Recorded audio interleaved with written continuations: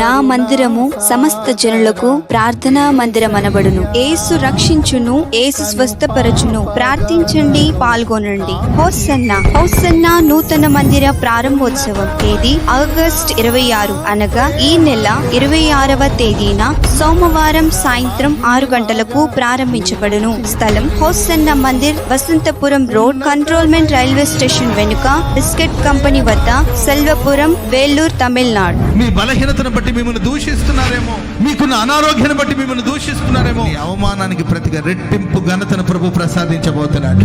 నీ నిందను దేవుడు కొట్టివేయబోతున్నాడు. నీ అవమానాన్ని కొట్టివేయబోతున్నాడు.